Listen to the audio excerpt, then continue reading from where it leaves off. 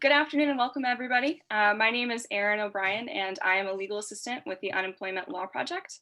The Unemployment Law Project has been around since 1984 and we are the only freestanding legal aid office in the country solely dedicated to unemployment. The Unemployment Law Project provides free legal services and free advice and counsel to people in Washington state who've been denied unemployment benefits or whose awards of benefits are being challenged. We are here today with our weekly webinar, which occurs every Monday at noon, and we're happy that you've joined us. The purpose of today's webinar is to share the latest news on unemployment benefits, to provide an update on lawsuits regarding unemployment benefits, and answer your questions. We'll share commonly asked questions during the presentation, and I'll be monitoring the Q&A chat box to address your questions live today. And I'd like to address today's speakers from the Unemployment Law Project. Joining us today, we have Executive Director John Turpak and Staff Attorney and Policy Director Ann Paxton. I'll turn it over to John so we can get started, but before we do, I would like to let everybody know that closed captioning is enabled for this webinar. You can turn that on by clicking the live transcript button on the lower right-hand corner. Okay, thanks everyone. Take it away, John. Good afternoon. So we have some legislative updates from Ann Paxton. That's kind of been the big news in the coming week. And so I'd like to put it over to Ann right now. Thank you. Thanks, John. Welcome to our webinar. Thank you for tuning in. So we have a lot of things to report this week, from the federal level to the state level to more mundane issues at ESD. And I wanted to start with what just happened at 11:30, which was the governor signed Senate Bill 5061, which added some worker protection for high-risk categories of workers. This bill also significantly slashes the business contribution and taxes for unemployment insurance, which were going to be on the order of $1.7 billion through 2025. That's been cut now to $920 million. So this was a very strongly pushed by the business community, and it was a bipartisan bill with Senator Kaiser, who's the chair of the Senate Labor Committee. And we've been working with Senator Kaiser on some other bills as well. But this is important because it also raises the minimum benefit from 201, where it is right now, to a percentage of the average wage, which right now would be $270 a week. So that's a considerable increase for people receiving very low wages. What it does with the high risk categories, it allows benefits for employees who quit jobs if there's a declared public health emergency, if they face a high health risk related to that emergency, or if they live with people in the high risk category. Second big story is, of course, most people have heard now about the big data breach of the ESD data that was sent to the state auditor in order to conduct several audits of ESD's performance relating to the fraud happening earlier this year, and also its problems with its computers and phone access and so on. What happened is the auditor there was an exposure of about 1.4 million Washingtonians' data that was stolen in a hack of software used by the state auditor's office. And so there's a lot of fears about identity theft and fraud. This data was exposed in a December breach of Excellion, which is the name of the company, that the software provider that the auditor uses to transfer large computer files. And this was the data that was ironically collected when the ESD lost 600 million, although it's much less than that now because of what they've clawed back in fraudulent unemployment claims, something like on the order of 350 million.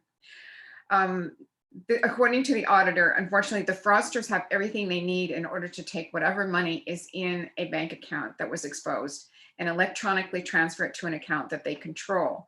So I think Erin might have posted the FTC, the Federal Trade Commission site, for finding out what you should do in the event of an identity theft. I data breach. These are things that ESD claimants can do to protect themselves, but according to the auditor, it will probably involve, in this particular case, changing account numbers. So a warning to everybody who has filed an unemployment claim between January 1st and December 10th of 2020. That was 1.6 million claims. The Employment Security Department is not responsible for this particular data breach. They've asked people who are concerned about their data to call the auditor's office and not ESD, especially as at this time they continue to be swamped with calls. The data breach included claimants' names, social security numbers, driver's license or state identification number, bank information, and place of employment. So it's a very serious thing. There's a lot of concern about Excelion's, the reliance on Excelion's legacy product, which has been around for a long time, is not really up to speed with the kind of level of sophistication of data breaches that are occurring now. And they're also saying that there's a lot of discussion about the use of these third-party vendors because they are often targets for hackers. And questions are being asked in the legislature about why the auditor had requested so much personal information.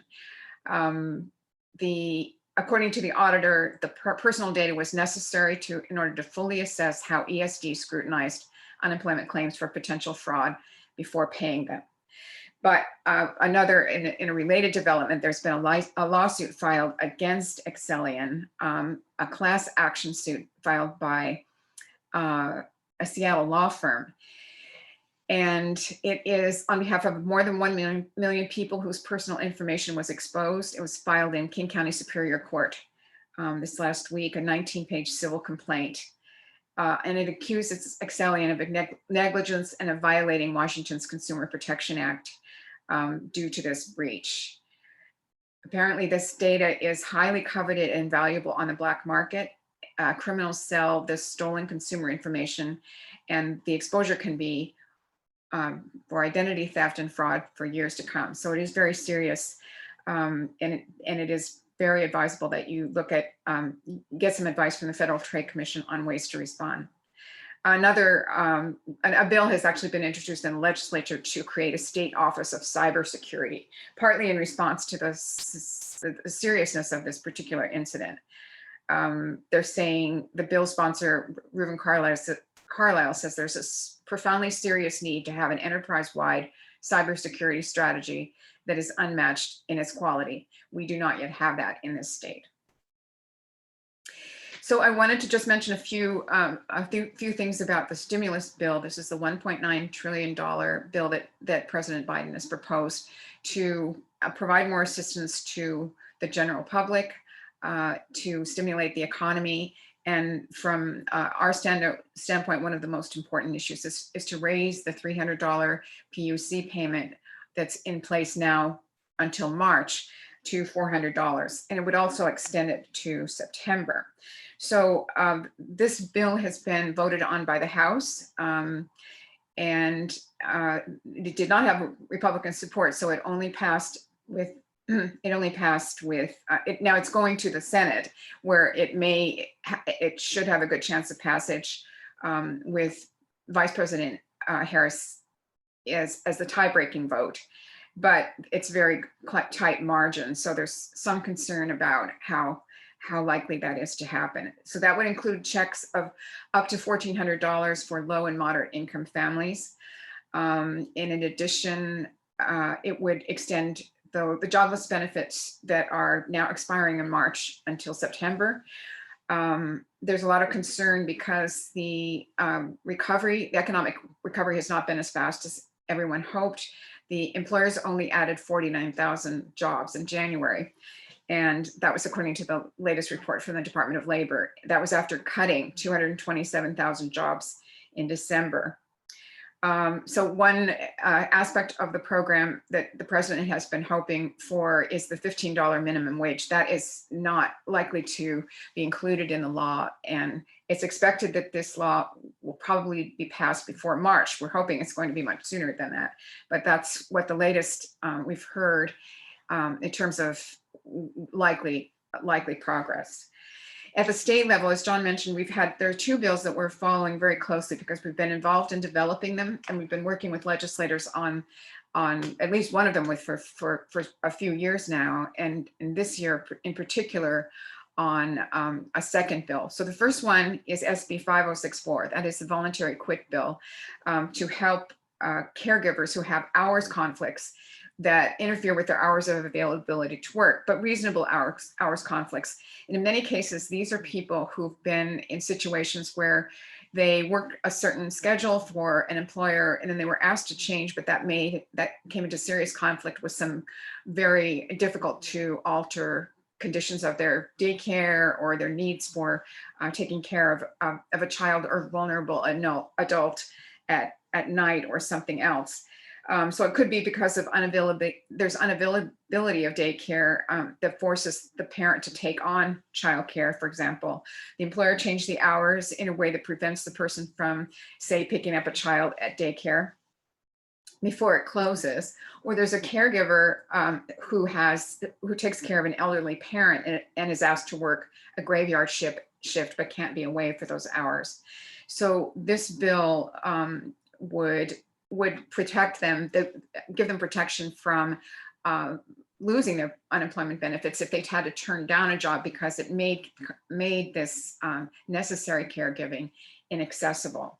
And it also changes the definition of suitable work, so that in order to qualify benefits, you have to be available to accept work that's offered to you, but it has to be suitable.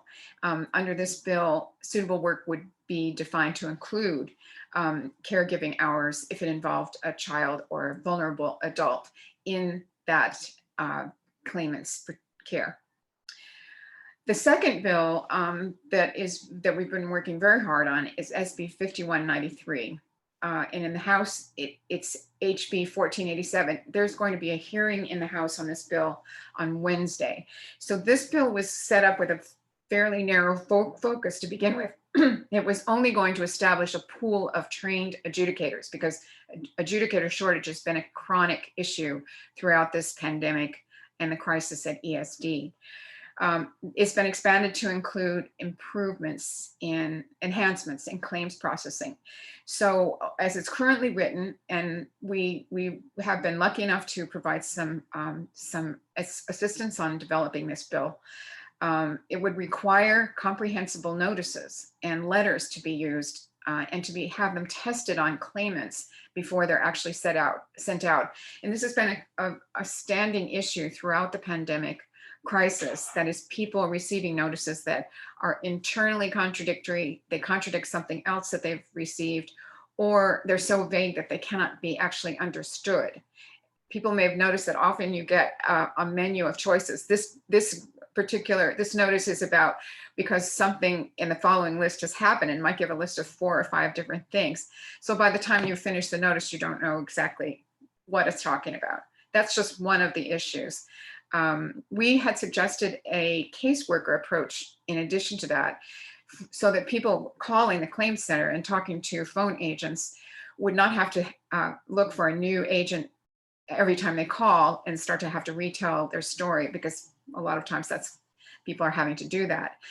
With a caseworker, you would be assigned to one agent, and so you could work through any issues that you had over time with the same person. So that obviously has a lot of logistical issues, but it is similar to the program, to the assistance that is supplied for employers. So it's not out of the question. It's just the quantity of people calling, of course, is much higher now. But we believe a lot of the factor that's driving this increase in calls, this absolute overload, is the confusing nature of the notices. So it's sort of feeding on other aspects of the program at ESD that are making the phone situation worse. So this would at least set up a pilot project to test the idea of a caseworker approach for handling claimants. In addition, it would track usage and responsiveness of the Claim Center phone system, as well as the online help functions, because as everyone knows, these have been quite quite disabled, non-functional, dysfunctional for several months now. It would expand the online data dashboard to include staffing levels as well as statistics like phone hold times, wait times, the number of people calling, the number of calls that are dropped, or the all circuits busy notices, all circuits busy messages as well. So this would, we believe this would really raise the level of accountability for the Employment Security Department to show, so that people can see, well, there could be a relationship between the staffing levels, for example, and the fact that the phones cannot be, the demand for phone help cannot be met. So we will be asking for your help in supporting these bills by possibly writing to your legislator to request that they support them as soon as they're finalized. And that will be happening probably by the end of this week, February 12th. And just some final words of advice just that are important at this point. The people may know that there have been 11 weeks added to PEUC, which, as you know, is the extension for people receiving regular unemployment insurance, regular benefits. So that has been 13 weeks. There's an additional 11 weeks added to it now, but there are very complicated rules for what kind of extension, how your extensions are going to be treated, depending on when you got your PEUC and when and if you got extended benefits in addition to that. So you would want to consult the esd.wa.gov website to get more information on those additional PEUC weeks. Very unfortunately, a lot of people have gotten notices about PEUC who have never qualified for PEUC. And this is very confusing. It's just one of many, slip-ups, breaches, or, glitches that have occurred in and kept the system somewhat dysfunctional over the last year. One last reminder, if you have any hope, any expectation that you may get benefits, you're not getting benefits now, or any problem with your benefits, do not fail to keep filing your weekly claims. Many people have told us that they didn't understand that they needed to do this because they were told they were ineligible. If you're challenging that eligibility, if you think you have a chance that you should be getting benefits, do file those weekly claims, because it's very difficult to go back and backdate a claim. You have to establish good cause. There's some more leeway in the old PUA rules, but even those got tightened. So it's much better to avoid problems later by keeping filing those weekly claims on a regular basis. So with the legislature in session until April, the cutoff for all bills that are to be considered this session is this Friday, February 12th. In addition to the uncertainties surrounding the $1.9 trillion stimulus package and the vast new potential for fraud and identity theft that we've just been notified about, there should be another news-filled week ahead. So tune in. See you then.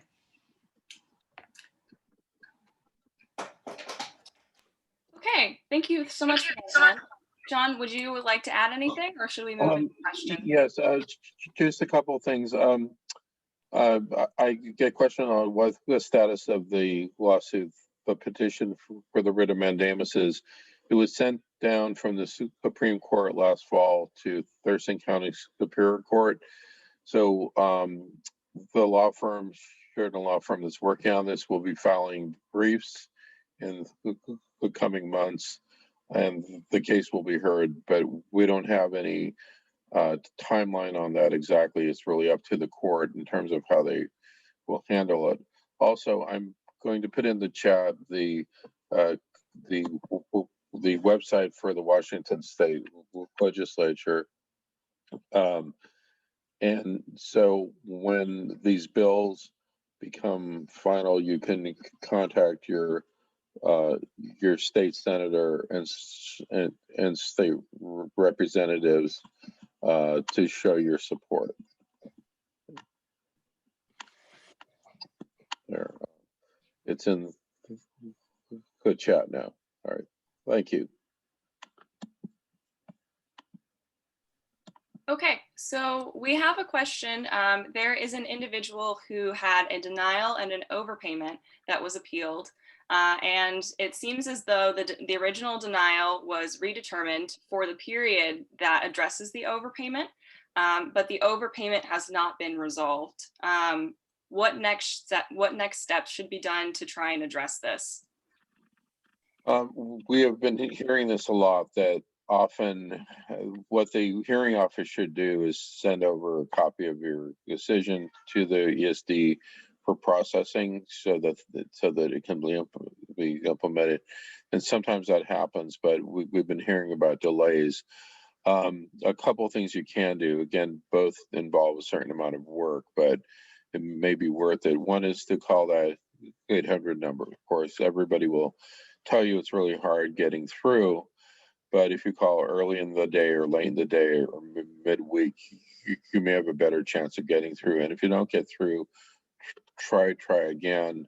To have a copy of your decision with you and to ask them when it would be implemented, why you have the overpayment. That also, there's contacting your state senators and representatives. I put the link for the Washington State website in there. You can ask them by email or phone, to describe the situation and see if they will advocate on your behalf. And if none of that works, you can try contacting the Unemployment Law Project or our office, so we can attempt to get information on what's happening. It's good for you to take action on this, because sometimes just waiting, you don't know whether it's just a matter of time for them to fix it or whether they truly don't have the information. So, so it would be, good for them to, so it's good for you to make those kind of contacts. Also, I just want to mention that we, because of the cutoff, bill cutoff coming up on February 12th, we have not been successful in getting overpayment reforms established, but we have developed a list of several things, and the leading one is that Washington should stop charging interest on overpayments, but several other ideas as well. We'll be working on that over the next year to prevent this kind of these people getting notices, for example, before they should be switched into a different program, but they're getting a notice of an overpayment before the switch is complete. And then they find out that actually they don't owe $11,000, they only owe $250.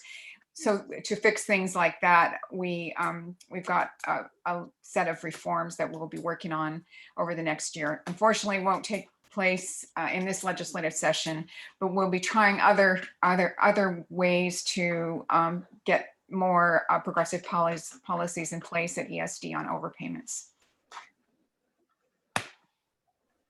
Thank you, Anne.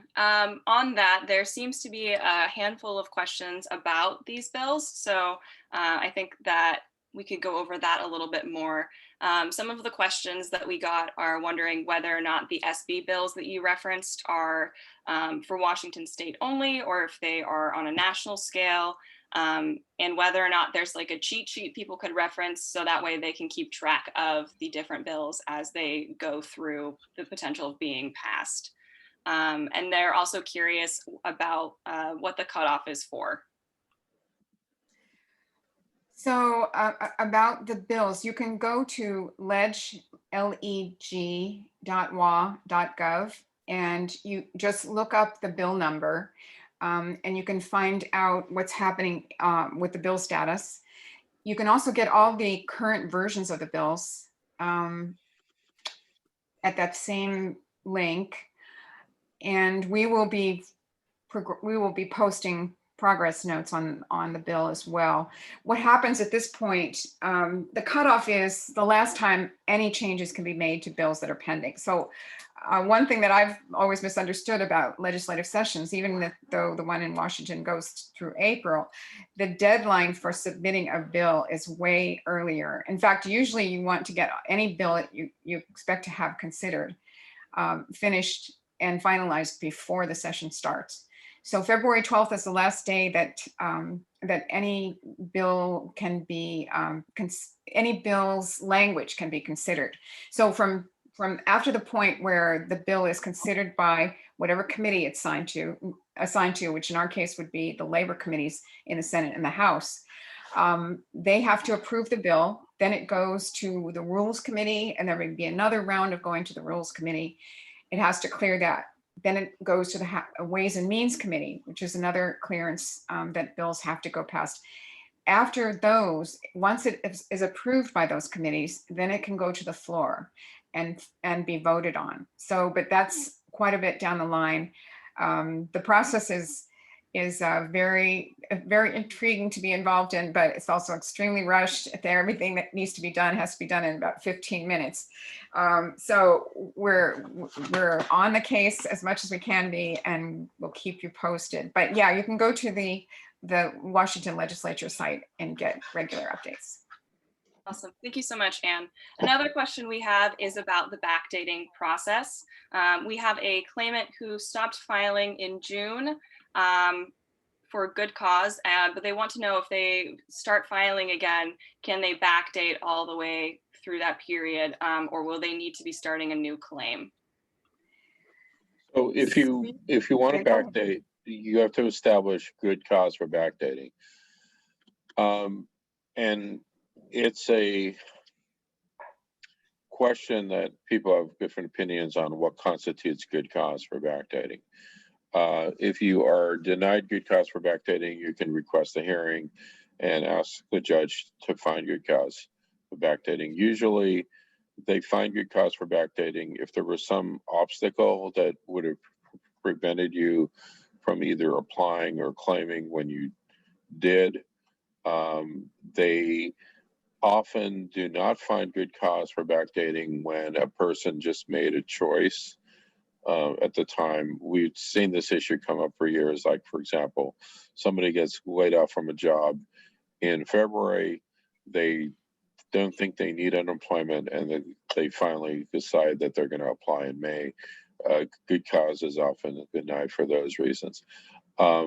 So it's worth trying, but it's important just to get back on and start claiming now, even if they won't allow the backdating. But like I said, if they deny the backdating, request the hearing, and when you have a hearing date, you can contact our office for help. And John, I don't believe you can backdate further than your benefit year. That is start. Well, that is correct. Yeah. Okay. We have another question. Actually, there were two questions. One was wanting to know what the difference between PUC was and PEUC. In one of the questions, a claimant is asking for a reinstatement of their PUC, and they're wanting to know what that would look like as that was discontinued and they can no longer find the letter on their page. So a lot of it depends on the dates that the person was claiming. PUC, let me start with that, Pandemic Unemployment Compensation. That was the famous $600 a week that was added on to your unemployment benefit, whether you're receiving regular benefit or PUA benefit. So that went from May through July. It's only 4 months. Then it expired. So the PUC was revived with the bill that was passed at the end of 2020. And now it is a $300 payment. This is the one that President Biden is trying to get increased to $400. So PUC is, that is just an add-on. PEUC is an extension of regular benefits that was authorized by the CARES Act almost a year ago. And what it does, it added 13 weeks to your regular claim, which usually would run out after 26 weeks. Once that is exhausted, you can also move on to extended benefits. But that was only available for people with regular benefits. That's pandemic pandemic emergency unemployment compensation, PEUC. Now, what was the question about this person's particular situation? Yeah, so they were saying that they asked for a reinstatement. They had a letter about their personal claim information that disappeared from their ESD account, and tech support hasn't been able to bring it back, I believe. So I think that there was a letter saying something would happen with their claim that didn't happen, and they no longer can see that letter. I would need a little bit more information from this individual to be able to expand on that further, though. Yeah, and so if you have a claim inside your benefit year, if you usually you get a benefit year ending date, that's how long your claim is considered active. If you go longer than 4 weeks without claiming, you do need to restart your claim. So you can't just file it and keep filing a weekly claim without if you have that big a break. But I'm not sure that applies in this particular case. It sounds like there are other issues as well. So we need more information. To that individual, if you would like to send us a message to expand on that, we can go from there. Another question is, so for individuals who were working at the University of Washington, they were given the option to volunteer to furlough before being forced to furlough. They're wondering what the distinction is for when filing their claim. Well, this is a tricky issue because in the past many years of unemployment, if you voluntarily if you volunteer for a layoff, it's considered a voluntary quit, and benefits are usually denied. So it's better to not, just wait until they do the layoff. And there's been some bad cases that have gone up on appeal on this because they consider the action, the unemployment voluntary, even though a layoff was probably inevitable. If a person's already done this and it's water under the bridge and it can't be changed, I would still request, file for benefits, and if you're denied, request the hearing and then contact us for help. It's tricky because it depends on what the employer tells ESD. And it's something we don't know, because there are cases, I'm sure, out there where people were being asked to volunteer for a layoff. They volunteer, they apply for benefits, they say they're laid off, and then when the unemployment office contacts their employer, the employer agrees that they were laid off. And if that's the case, everything should be fine. But if the employer says they volunteered for it, then it may get into finding that it's a quit, which may be a problem with the claim. So often these claims depend on what the attitude of the employer is, whether the employer is, in some past cases we've seen years ago, the employer was trying to deliberately manipulate so that people cannot get benefits. Other employers might be more benevolent and want you to get your benefits, but are just offering people some choices to make it easier. So it's a very tricky issue. If you do find yourself in a hearing over this, please contact our office for help. Thank you, John. So another question that we received, we have an individual who lost their job for misconduct and has been unable to find new work due to COVID. When they applied for UI, they did receive it for a few months, but then was denied retroactively for misconduct, and now they have a quite large overpayment. They did appeal and they lost. They're wondering whether or not they should be able to get PUA to offset the overpayment, or if there are any other options that they can try to move forward with.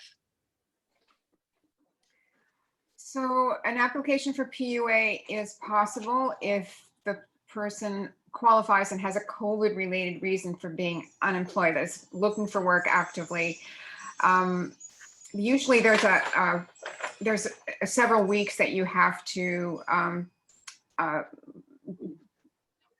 be employed and receive an income in order to purge a finding of misconduct or voluntary quit without good cause. John, can you add anything about the purging? Well, purging is that if you get a new job, let's say you're denied unemployment for whatever reason, whether it's a finding of misconduct or quitting without good cause. If you get a new job and work for, let's say, a couple months, in the case of misconduct, it's, I believe, 10 weeks. And in the case of a voluntary quit, earning 7 times your weekly benefit amount, which is kind of a formula.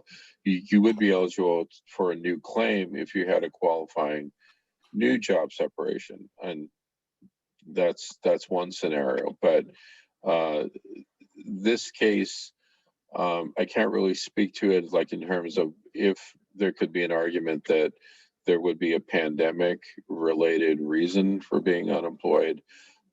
Because if the really reason was a termination due to misconduct and the employer is still operating and that's the real reason.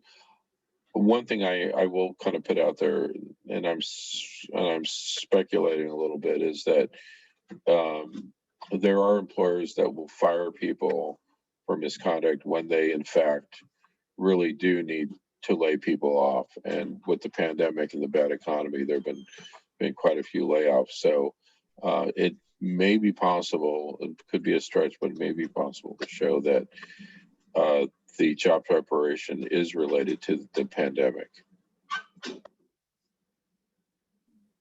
Thank you. Also, there are, even if you do get PUA, which you may qualify for, there are limitations on how much of that can be applied for a prior overpayment. So that is something you might want to check into, and get in touch with me. I can probably get more information on that for you. Okay, so we have another question. An individual was on LNI, and that LNI is now closed, but there's been 3 months with no decision from ESD on UI because of the LNI. How would you advise someone to work within those parameters to move forward? Their LNI expired, so they applied for unemployment. Is that the idea? Yeah, okay. correct. So 3 months, unfortunately, is a kind of an average wait time. That would actually a lot better than many of the wait times we've heard for the whole process of adjudication. Then if you file an appeal, there's a redetermination process. And once your appeal is sent over for potential hearing, several weeks will go by before a date is assigned. So it's unfortunately has been typically a long wait. It's certainly something you should think about contacting your legislator about to complain. Most of them have constituent services to address these because so many people are in the same boat. And John, do you want to add anything to that? Well, the big glitch with a lot of these workers' compensation, unemployment, is the issue of, are you able to work? And while the current job search requirement has been lifted, what we see a lot is cases where somebody does no longer qualify for workers' comp, and because they are released for work and the employer doesn't have work for them for whatever reason. The problem, is that ESD either doesn't get that information or misinterprets information as far as a person's ability. So one suggestion is, when you're contacting your legislature or calling the 800 number ESD and you get through it, is to emphasize that you are able and available for work, because they often presume that your workers' comp injury prevents you from being able and available from work. So that's usually the problem that needs to be overcome. So you may need or get a letter from your doctors saying so. That does not mean that you have to be able and available for any kind of work. You may have some disability. As long as you're available for some work that is within, that is suitable work for you, that you're capable of performing, you should qualify in terms of availability. Thank you. So I have another question. The individual who was asking about furlough at UW, they were saying that UW classifies all of the furloughs differently. So I guess their question is more so like, how does the way that UW classifies the furlough with the employees translate to their application when they're applying, like how they should select answers with the voluntary furlough, the forced furlough, or the layoff? Well, this is very, very tricky because if you're, say, if you're accepting a furlough, if you ask to be put at the head of the list to get the furlough, you know, and I know that you are being laid off from the job, that this is not voluntary. But if you communicate it as a, this is my choice, I could have kept working, but I chose, then that's considered a voluntary quit. So when you're answering the questions, you have a duty to be honest. And unfortunately, these categories they have for unemployment applications don't show the whole range of possibilities. So you have to do your best to be as accurate as possible. You might want to talk to your human resources department there to find out how they classify it. That might help, but unfortunately, some of these questions don't have a clear answer. You just have to read the questions and give the best possible, most accurate answer. Yeah, you could be exposed to your benefits could be exposed to a lot of hazard if you try to be a good employee and say you volunteer when they're asking for volunteers, you volunteer to be laid off or furloughed. That could put you in this ambiguous position that John's talking about. Okay, thank you. So this is another expansion of a previous question. The individual who was asking about backdating, they want to know, is there any way that they can apply for the periods of benefits in 2020 that they did not file for, whether that's opening a new claim and backdating or reopening the same claim? There are restrictions. The new PUA extension, which is in place right now, that was the one that was interrupted December 26th because the president didn't sign, President Trump didn't sign the bill in time. That PUA has limits on how far back you can go. It can only go back to, I'm going to have to get the exact dates on this, but there are limitations on how far you can backdate all of the claims. But PUA, originally you were supposed to be able to backdate to whenever you became eligible, but then there was a crackdown because it appeared that too many people were getting extended back to the February-March period that maybe shouldn't have been. So they tended to be a lot more restrictive as time went by. But normally, there were special rules on backdating PUA claims last year. There are more restrictions this year, and in general, it's difficult with a regular benefit claim it's troublesome to backdate a claim. It requires extra steps.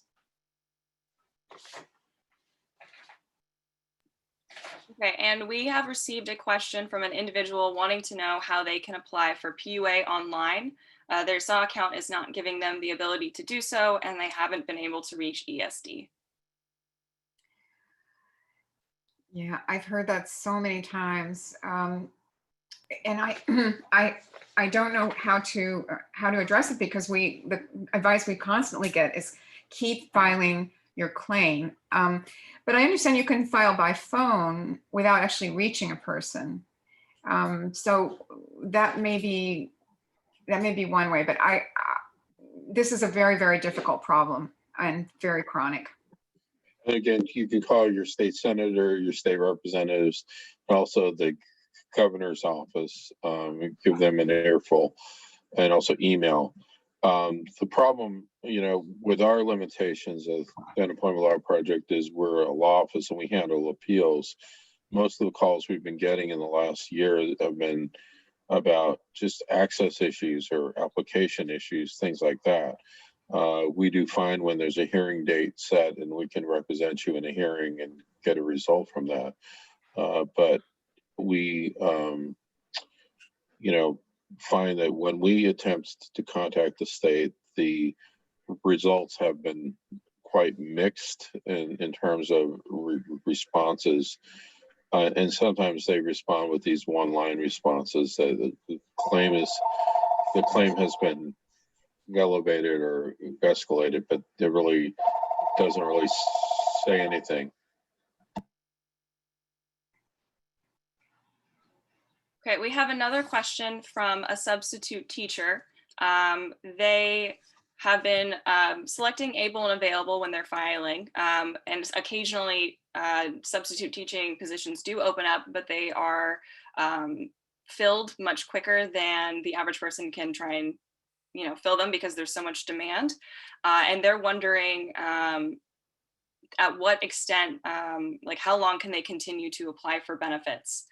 Just because they've been trying for so long, but there isn't really work available, and they've only gotten a couple of jobs here and there. So I'm assuming the person is, it depends on whether it's PUA or regular benefits. Regular benefits are exhausted after 26 weeks. The PEUC is available now for 34 weeks because 11 weeks were just added to the 13 weeks. If you're receiving that, as long as you're still eligible, you should have at least that. And then there's the extended benefits, which I think are 11 weeks, 13 weeks now, as an addition onto that. As long as you're eligible, you should be able to qualify. They sent in a clarification. They sent in a clarification letting us know that they're getting the PEUC. PEUC. So there's an additional 11 weeks attached to that now. So you should have a total of 34 weeks. And also too, keep following the news because Congress can keep adding more extensions in the future as a possibility. So they tend to do extensions for shorter periods of time. Like back in the 2009 recession, they would add extensions on, but they wouldn't do it for a whole year. They do it for so many weeks, followed by another extension. One correction, I said 34 weeks for PEUC, it's 24 weeks. Thank you, Anne. Another question is a clarifier about the PUC. They want to know, is that automatically added on top of your benefits for the time frame when PUC was running? And they're also wondering if the $400 additional a week is a new version of the PUC and how is that being applied? So I can't answer the question about PEUC, whether it's automatically extended. PUC, that was an error on my part. PUC, the 600. Okay. So PUC was restarted. So it expired. The original one was 4 months, expired July 31st. So nobody was getting $600 a week after that. With the new bill between January and March, PUC has been revived at the level of $300. And the president is seeking to increase that to $400. Now, right now it expires in the middle of March 13th, I think. The bill, the $1.9 trillion stimulus bill should extend that through September. And also there was a temporary $300 lost wages assistance that was added in, I believe, August, September, very, very briefly too. Right, but that was only available for 6 weeks. That was kind of to make up for many people were slammed with losing the PUC benefit. So that was only temporary.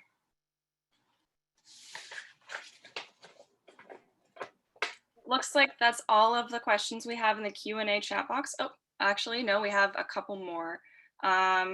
So we have, I believe, an extension of the substitute question, wanting to know if they can continue applying for benefits if 1 week they have a job and then another week they do not.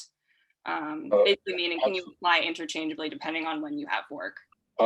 Absolutely. And it's just every week, some people answer the questions when they're filing unemployment on automatic pilot. It's not good to do. It's good to listen to every question and answer it for that week, because there's a question, did you work this week? And you will want to say yes, whether you worked 1 day, a couple hours, 3 days, or the whole week. And then they will ask you after that, how much money did you earn in that week, whether you were paid or not. And most people are not paid when they work on the same day. So calculate to the best of your ability how many hours and how much per hour you made, and report that. That will either reduce or cancel your unemployment for that week if you made more than your benefit amount would allow. It's good to do that, and rather than just not claim for that week. It's good to file those claims, provide accurate information, let them do the math, don't, because the amount of the reduction, if you earn $100, they don't deduct exactly $100 from your benefits. But don't worry about that. Just report about reporting accurately, and then report the next week. And when the question comes up, did you work? The answer is no. And if the answer is no, you will get your full amount. Right, you can go to the website and get an earnings deduction chart that shows the exact numbers, but for the ballpark figure is the ESD will subtract 75% of what you earn from your benefit that week. Okay, so it looks like we have one last question.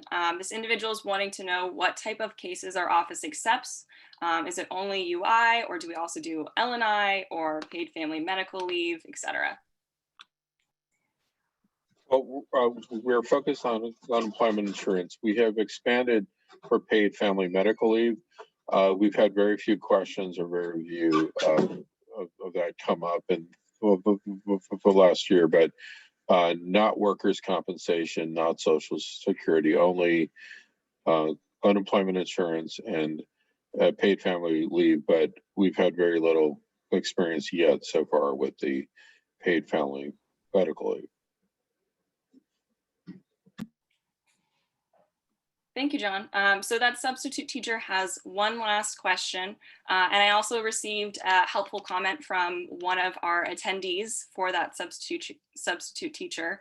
There's a service called Sub Alert where you can set up notifications so you are notified the moment a substitute teaching position opens. It's a subscription of $4.95 a month, so that might be helpful to know. But this substitute teacher's question is, so they have been claiming all weeks and they've had the money that they earned deducted, which they thought would happen. But they want to know, when the district opens up K through 12, do they have to stop claiming benefits? I can't answer that without, it depends on what their earnings are. You can continue claiming benefits if you're making little enough to still qualify. But it's just a question of whether you're eligible for benefits. And if you're not, if you're working, if the school's open and you're working, of course, it will depend like on how much money you're making. But if you're not, if the school opens up and offers you to come back and you don't want to, then that has to be looked at, whether it's good cause for a job refusal, whether it's suitable work or not, or good cause for quitting if you're quitting by not going back. These are complicated issues that probably deserve individual consultation. And one other thing, under the PUC rules that were established last year, and I believe they're still in place, as long as your net benefit was at least $1, you would qualify for the add-on. So that would be $300 right now. If that might be what the question is about. So if you're making enough money that 75% of it would take you below your benefit, then you won't qualify for the PUC extra payment. But you can still keep filing as long as you hit that $1 minimum. As long as you don't go below the $1 minimum, then you can still get the add-on.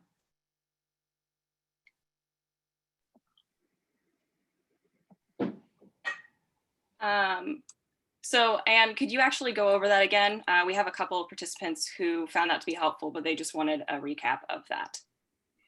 Okay, so I have not, I assume the same rule is in place this year as it was last year for the 4 months that PUC was in place, from May, June, July, April, May, June, July, till ended July 31st. The rule was that your net benefit after your earnings deduction, that is 75% of what you earned that week, assuming you were part-time or just had a few hours or added income, so on. As long as your net benefit was still $1, you could still get the $600 at that point. Now, I have not heard anything to say that that is not in place now. You should be getting the $300 if you're still in that category. Perfect. Thank you so much, Anne. It looks like we don't have any other questions, and it is almost 1 o'clock, though we do have a couple of thank you notes. Thank you to everyone who did attend. You do make these webinars special and interactive and relevant. If you have any last minute questions, now's the time to pop it in. I'll give it 1 more minute. Otherwise, thank you so much. Stay happy, stay healthy, stay safe, etc. Thank you.